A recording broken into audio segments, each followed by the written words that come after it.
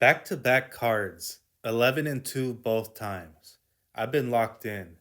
Let's start with the main event. Here's who's winning and why. These are my picks for UFC Fight Night Moreno versus Kavanagh. So, in the main event, Brandon Moreno versus Loner Kavanagh.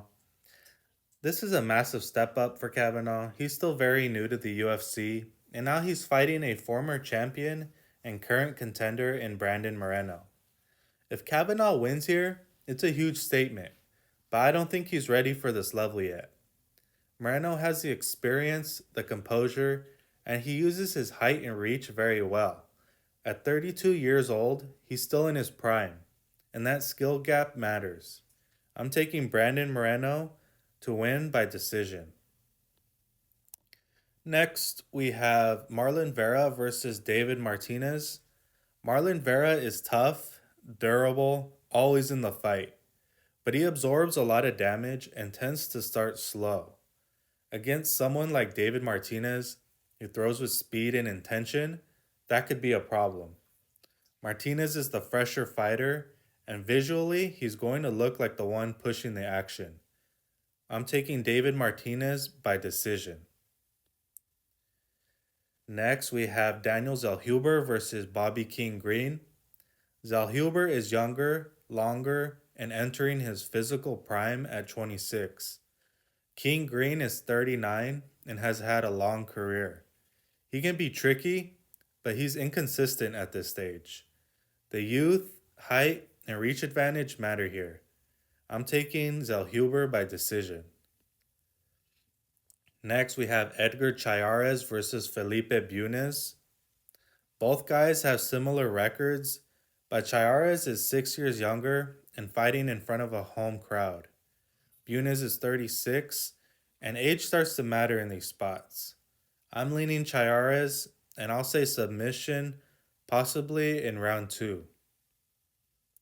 Next, we have Imanol Rodriguez versus Kevin Borjas.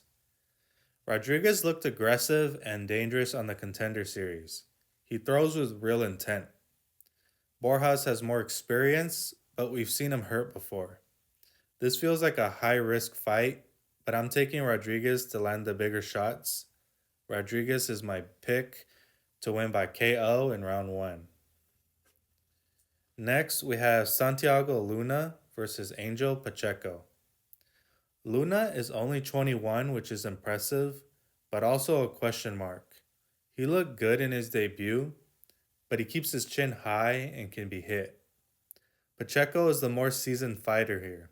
He's durable, experienced, and if Luna leaves those openings again, that's dangerous.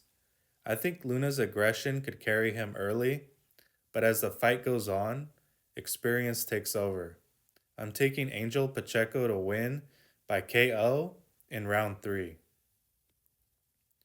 Next, we have Jose Medina versus Ryan Gondra.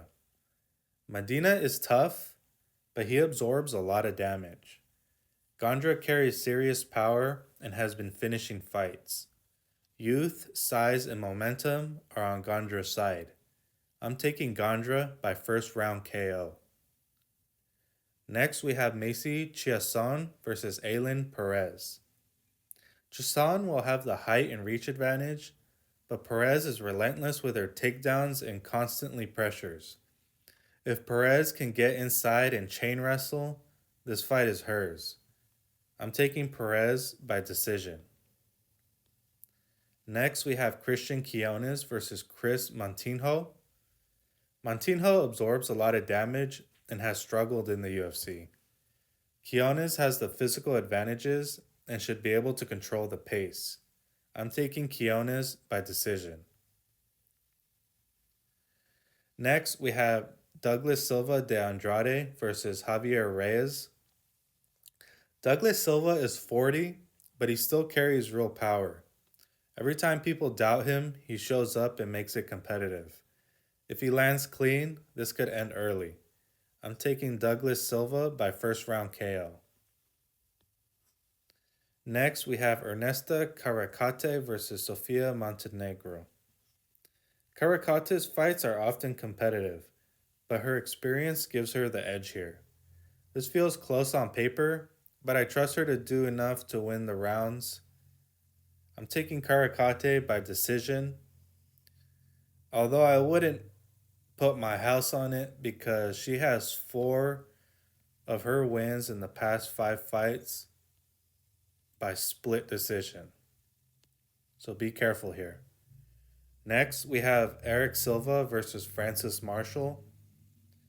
Francis Marshall showed a well rounded game in his last fight, and he mixes striking and grappling effectively.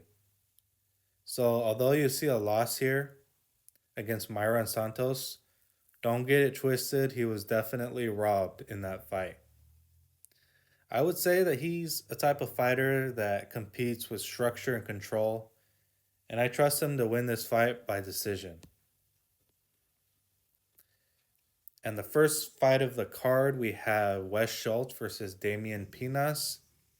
Schultz had an impressive contender series showing, but Pina has been knocking people out. This could be explosive early. I'm leaning towards Pina's power being the difference,